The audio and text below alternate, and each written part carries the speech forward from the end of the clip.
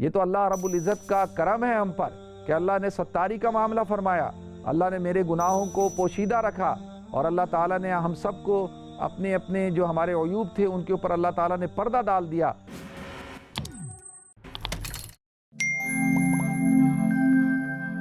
بسم اللہ الرحمن الرحیم، السلام علیکم ورحمۃ اللہ وبرکاتہ۔ ناظرین، آپ کو ایک دفعہ پھر پروگرام گفتگو کے اندر خوش آمدید کرتا ہوں۔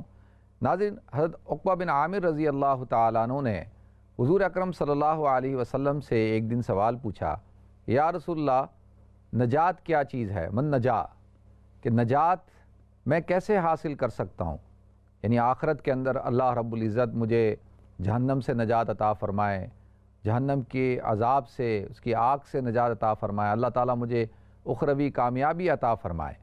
تو اللہ کے رسول صلی اللہ علیہ وسلم نے ارشاد فرمایا کہ 3 چیزوں کو تم لازمی پکڑ لو، یعنی 3 چیزوں کو اپنی زندگی کے اندر اختیار کر لو تو تمہیں اخروی نجات حاصل ہو جائے گی۔ سب سے پہلی چیز کیا ہے کہ اپنی زبان کی حفاظت کرو۔ زبان کی حفاظت، جو شخص اپنی زبان کی حفاظت کرتا ہے،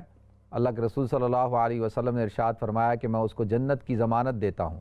کیونکہ اکثر انسان اس زبان کی وجہ سے ہی تباہی اور بربادی کا شکار ہوتا ہے، اس زبان کی وجہ سے ہی مشکلات کا شکار ہوتا ہے، اس زبان کی وجہ سے ہی کفریہ کلمات نکالتا ہے، اس زبان کی وجہ سے ہی طلاق کا لفظ استعمال کرتا ہے، اس زبان کی وجہ سے ہی گالیاں دیتا ہے، اس زبان کی وجہ سے ہی بہت سارے مسائل کا شکار ہوتا ہے۔ تو لہذا زبان کی حفاظت کرو۔ پھر دوسرا، اللہ کے رسول صلی اللہ علیہ وسلم نے ارشاد فرمایا کہ اپنے گھر کو پکڑ کے رکھو۔ یعنی کیا؟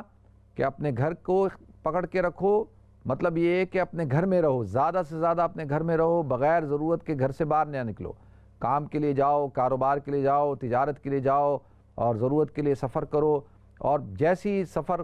ختم ہو، تجارت کا معاملہ حل ہو جائے اور کاروباری معاملہ حل ہو جائے، جاب ختم ہو جائے، ٹائم ختم ہو، ہر چیز ختم کرنے کے بعد فوراً جو ہے وہ گھر کے اندر آؤ، بغیر ضرورت کے گھر سے باہر نہ نکلو، کیونکہ ایک زمانہ ایسا آئے گا کہ فتنوں اور فساد کا زمانہ ہوگا، اور جو شخص اپنے گھر کے اندر رہے گا وہ محفوظ رہے گا۔ جیسے آج آپ دیکھ رہے ہیں کہ کہا جا رہا ہے اسٹے ہوم، اسٹے ہوم، اور جو آدمی گھروں میں رہ رہا ہے وہ اپنے آپ کو بھی محفوظ رکھ رہا ہے اور لوگوں کو بھی محفوظ رکھ رہا ہے۔ تو لہذا اللہ کے رسول نے ارشاد فرمایا ہے کہ گھروں میں رہو۔ یہ آج یہ اصول اپنایا گیا کہ بھئی جو شخص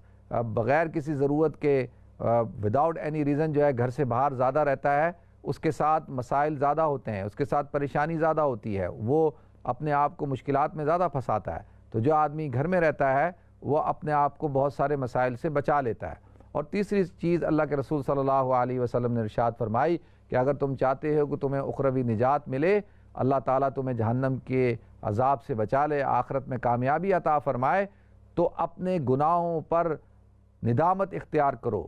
اور رو، وَلْيَبْكِي خَطِيئَتُكَ، جو تمہاری خطائیں ہیں ان کے اوپر رو۔ تو رونے کا مطلب کیا ہے ناظرین؟ رونے کا مطلب یہ ہے کہ انسان سے جو خطائیں ہو گئیں، جو غلطیاں ہو گئیں، جو اس نے اللہ تعالیٰ کی نافرمانیاں کی ہیں، ان کے اوپر اس کو شرمندگی ہو۔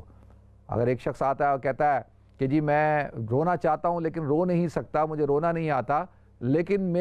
مجھے ندامت ہے، شرمندگی ہے، افسوس ہے کہ جو میں نے نافرمانیاں کی ہیں، جو اللہ کے احکامات کو توڑا ہے، تو لہذا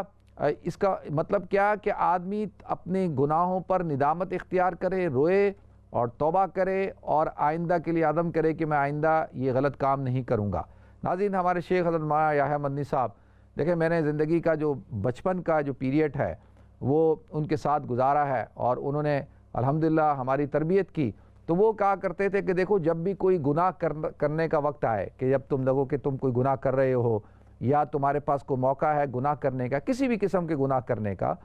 تو اس وقت صرف یہ سوچ لو کہ اگر یہ گناہ کرتے ہوئے تمہاری والدہ نے دیکھ لیا، تمہارے والد نے دیکھ لیا، تمہارے بھائی نے دیکھ لیا، تمہاری بیوی نے دیکھ لیا، تمہارے شوہر نے دیکھ لیا، تمہارے بیٹے نے دیکھ لیا، تمہارے دوستوں نے دیکھ لیا، تو وہ تمہارے بارے میں کیا سوچیں گے؟ تو اب آدمی جیسے یہ سوچتا ہے کہ اچھا اگر ان کو پتہ لگے گا تو وہ کیا سوچیں گے، تو وہ آدمی اس وقت بچ سکتا ہے۔ اسی طرح سے وہ فرماتے ہیں کہ ایک دفعہ ایک شخص آیا اور آ کے کہنے لگا کہ جی میں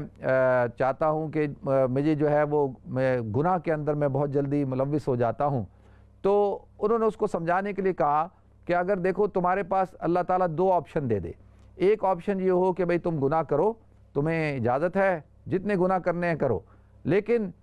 اس گناہ کی فلم جو ہے وہ چلائی جائے گی اور وہ فلم جو ہے سب کو دکھائی جائے گی، سب دیکھیں گے کہ اس فلم کو کہ یہ جو گناہ کر رہا ہے یہ کیا گناہ کر رہا ہے۔ اچھا دیکھیں انسان، ہم سب گناہ گار ہیں، کلکم بنی آدم خطاؤن، کلکم خطاؤن، تم سب کے سب خطا کار ہو، بنی آدم سارے کے سارے گناہ گار ہیں، لیکن بہترین گناہ گار یعنی گناہ گاروں میں بہترین کون ہے؟ جو توبہ کرنے والا ہے۔ تو لہذا اب وہ آدمی کیا کہے گا؟ وہ کہے گا نہیں، میں یہ نہیں چاہتا کہ میرا جو ہے وہ میرا اشتہار لگے اور میری جو ہے فلم چلائی جائے، یہ تو کوئی انسان نہیں چاہتا۔ تو پھر جب وہ اس بات کو پسند نہیں کرتا کہ لوگوں کو پتہ لگے گا تو لوگ کیا کہیں گے، تو پھر اس کو وہ کام ہی نہیں کرنا چاہیے۔ یہ تو اللہ رب العزت کا کرم ہے ہم پر کہ اللہ نے ستاری کا معاملہ فرمایا، اللہ نے میرے گناہوں کو پوشیدہ رکھا، اور اللہ تعالیٰ نے ہم سب کو اپنے اپنے جو ہمارے عیوب تھے ان کے اوپر اللہ تعالیٰ نے پردہ ڈال دیا۔ اگر اللہ ان عیوب کو کھول دے اور اس پہ سے پردہ ہٹا دے تو ناظرین ہم اپنی شکل کسی کو نہ دکھا سکیں، ہم جو ہے وہ اپنے ہی گھروں کے اندر جو ہے بیٹھ جائیں، ہم میں سے بہت سارے لوگ تو خودکشیاں کر لیں۔ تو لہذا یہ اللہ کا کرم ہے کہ اللہ تعالیٰ نے ستاری کا معاملہ فرمایا ہے۔ تو لہذا جب اللہ نے ستاری کا معاملہ فرمایا تو اپنی گناہوں پر ندامت ہو اور پھر اللہ سے عدم کریں، پکا وعدہ کریں کہ آئندہ انشاءاللہ ہم جو ہے آپ کی نافرمانی نہیں کریں گے۔ تو لہذا اللہ تعالیٰ مجھے بھی توفیق دے، آپ حضرات کو بھی توفیق دے۔